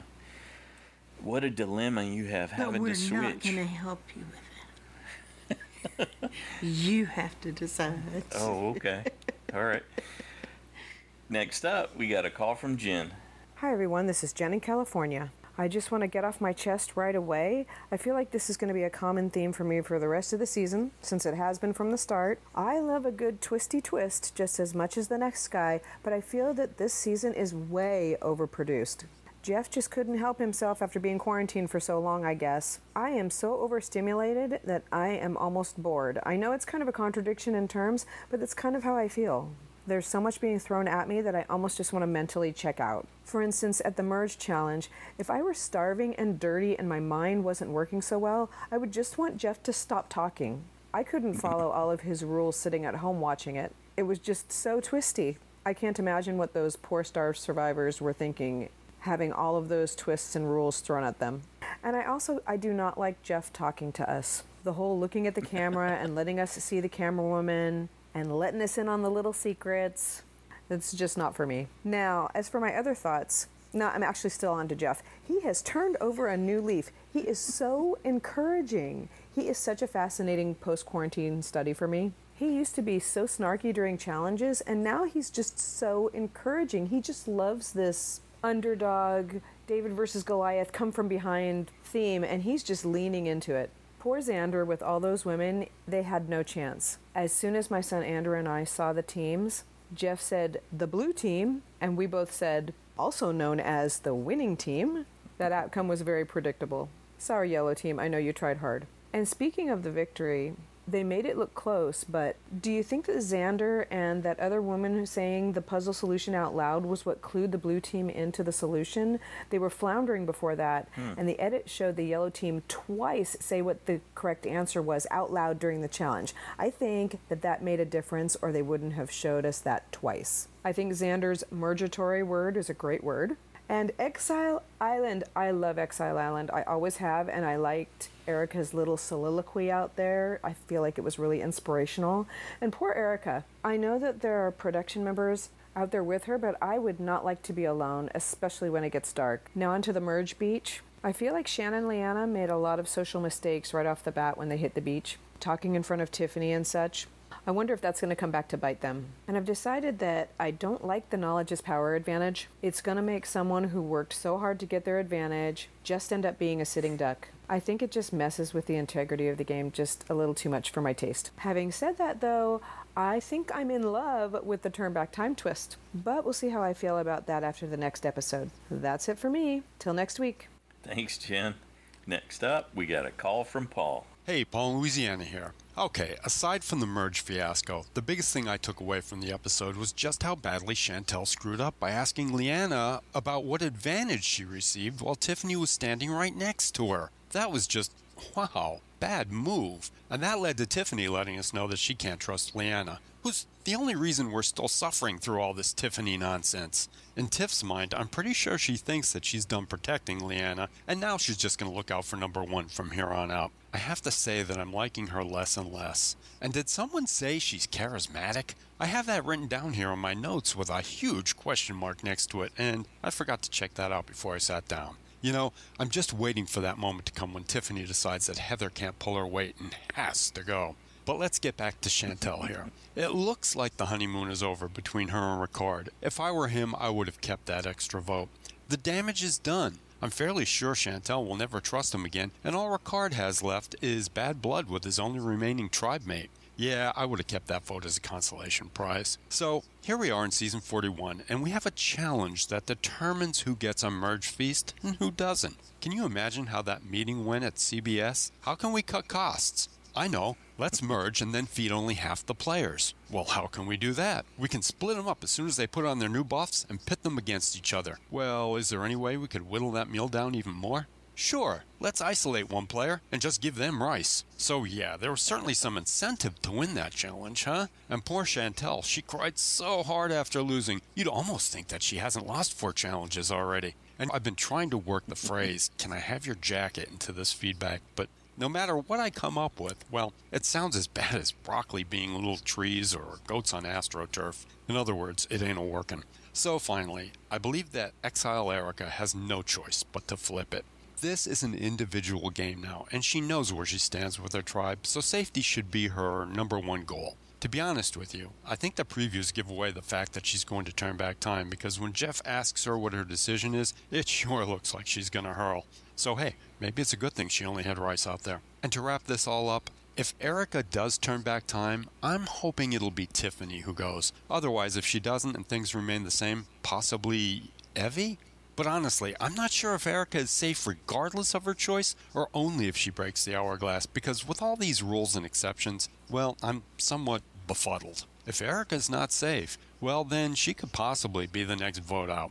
And I guess that's it for me. Everyone take care. Bye. Thanks, Paul. So if she breaks it, she's safe. She's safe. She's if immune. she doesn't, she's not safe. Yes. And I believe it was Liana that called Tiffany charismatic. Okay. And one thing I'm reminded of as we were going through the listener feedback show, and we kept looking up and referencing it, and we do this a lot, but Paul did a fantastic job on this interim visual roster to help you see who's at risk. And I remember when Parker was going through and saying things, he was talking about 7. I was like, nope, it's 6 or 5. So in terms of just being able to at a glance look at it and figure out who's currently safe and who's currently at risk, it's perfect. And what tribes they were on. Yep. And what advantages or idols everybody has. Those things are there. All that information. So if you forget, go look at the roster. Excellent job, Paul. Yeah, fantastic. Good job. And even though I'm colorblind, I can tell there's different colors there for the players especially when they're next to each other like that. So it's a great color separation, at least for my particular flavor of color blindness. It works. I couldn't tell you what those colors are, but I can tell that they're distinctly different. They were before. I'm sure he stuck with the same color scheme, but I couldn't.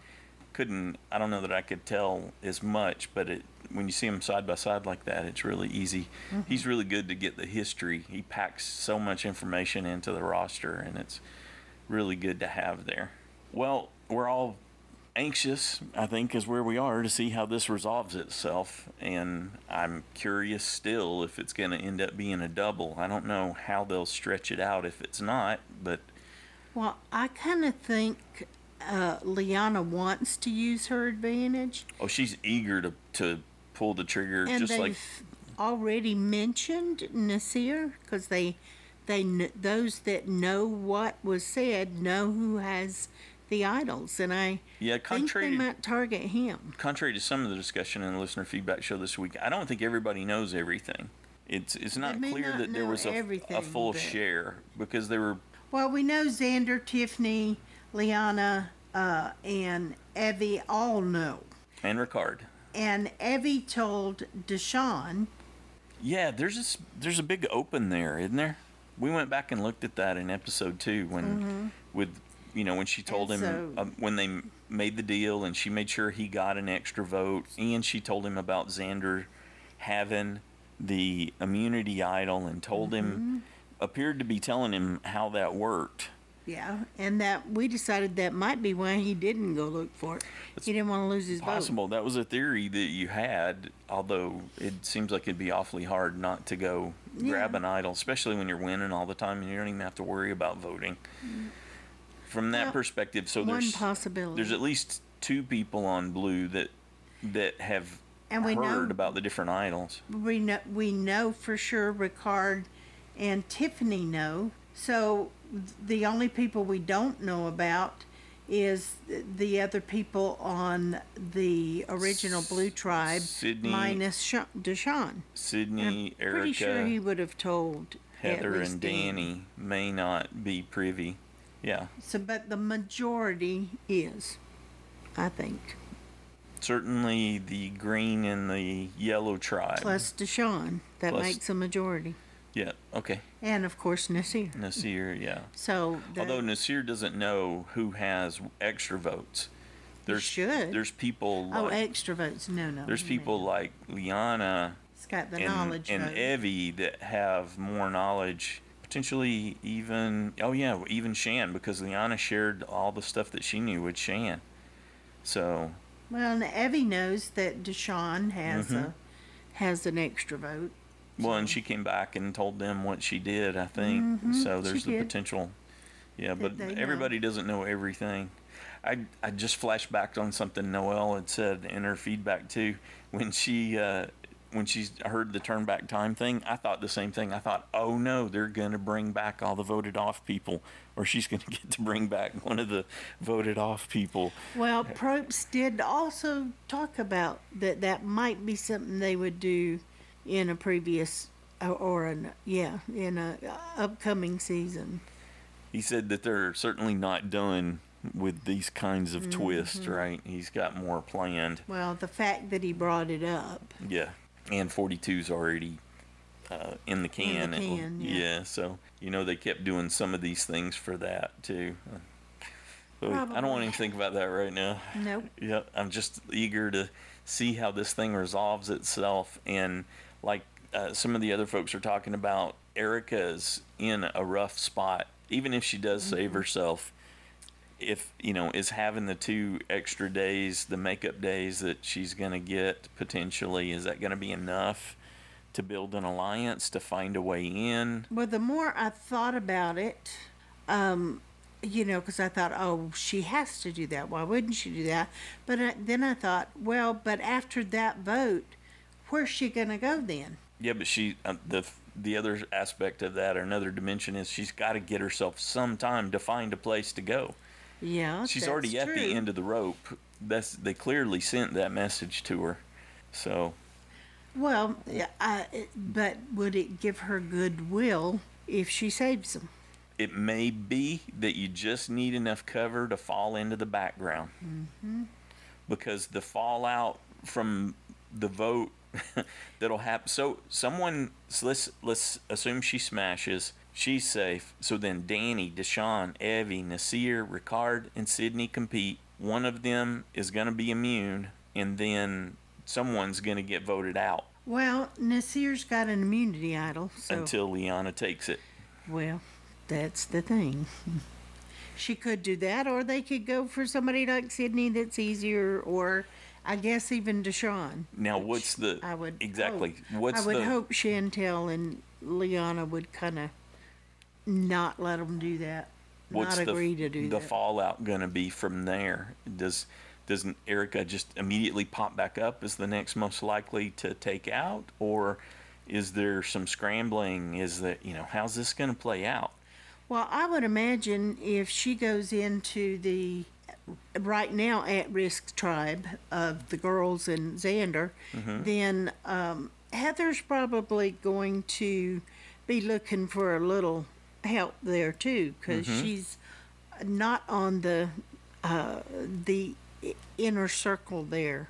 She's on the outskirt of that particular grouping, so she might be looking to Erica for a little comfort there, for somebody familiar. And like we talked about, this is potentially the bonus zone for Heather. This is where she is not a threat and gets to fade into the background. Yep. The more she fades, the better. But if they keep doing breaking up into 2 teams to do challenges, that people aren't going to want her. I don't think she's not that strong.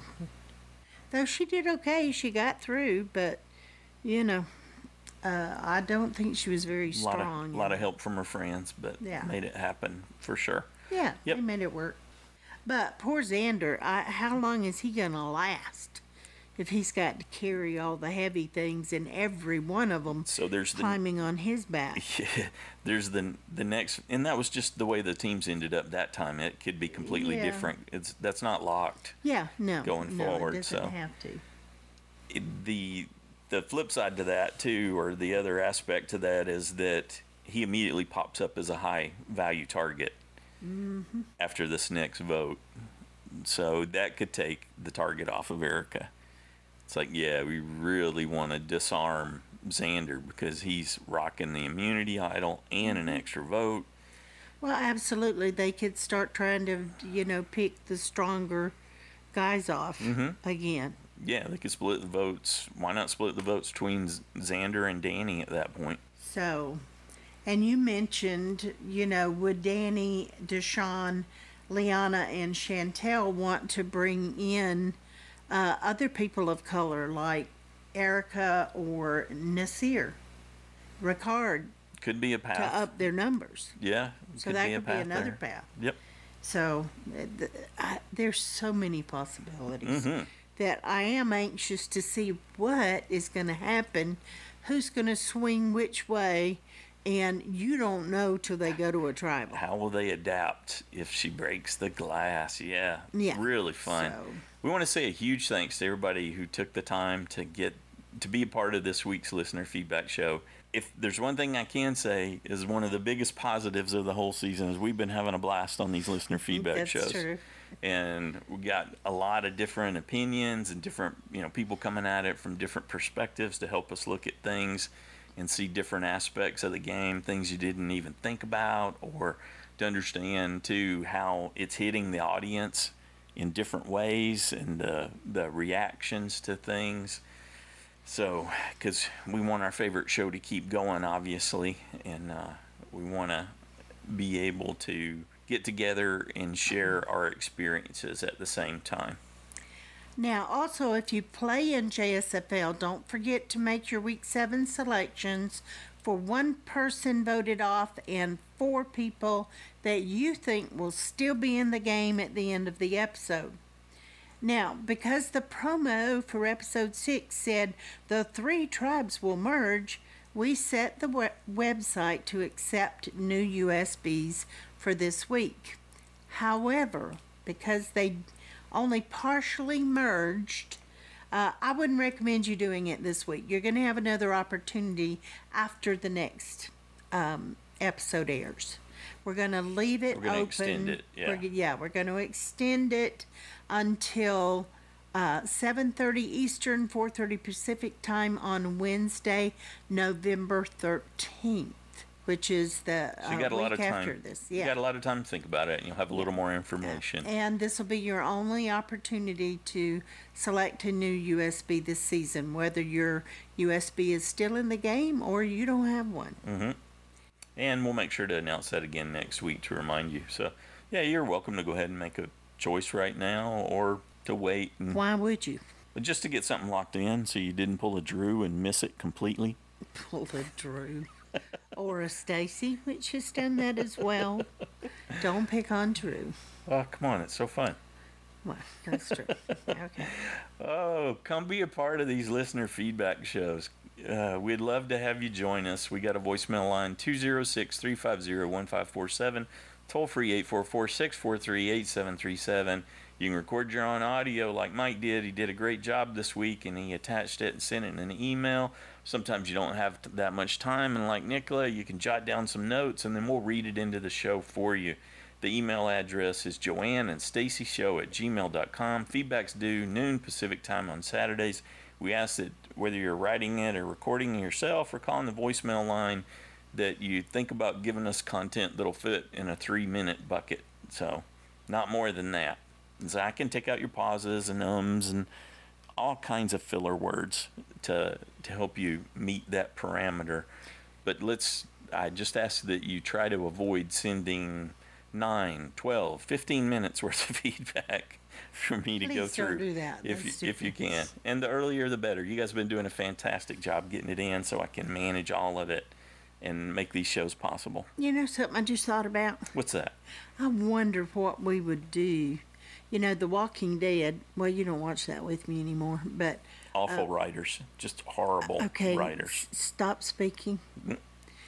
They are allowing people, if they want to see the next week, they can watch it a week early. Mm-hmm. Of course, then every week you'd have to watch it, which is sure.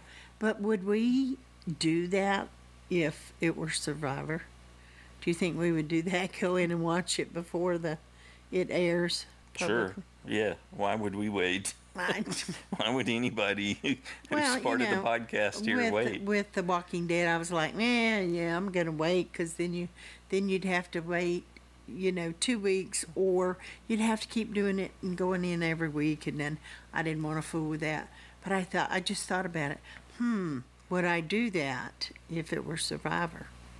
Probably. Just like we've always said, we'd watch 2-hour episodes, 3-hour episodes. I'm not sure we could stop ourselves. Exactly. Mm. Yes, we're always so hungry for more That's Survivor. Sad. No, There's nothing wrong with enjoying something I know, that you like. But I can wait patiently until Wednesday night. I don't know about patiently, I but we will am ready wait. to see how the twist plays out. And it'll make it more difficult making my selections for this week, but such is life. But okay, we'll be back here on Wednesday for our recap show. Anything else? Happy Halloween.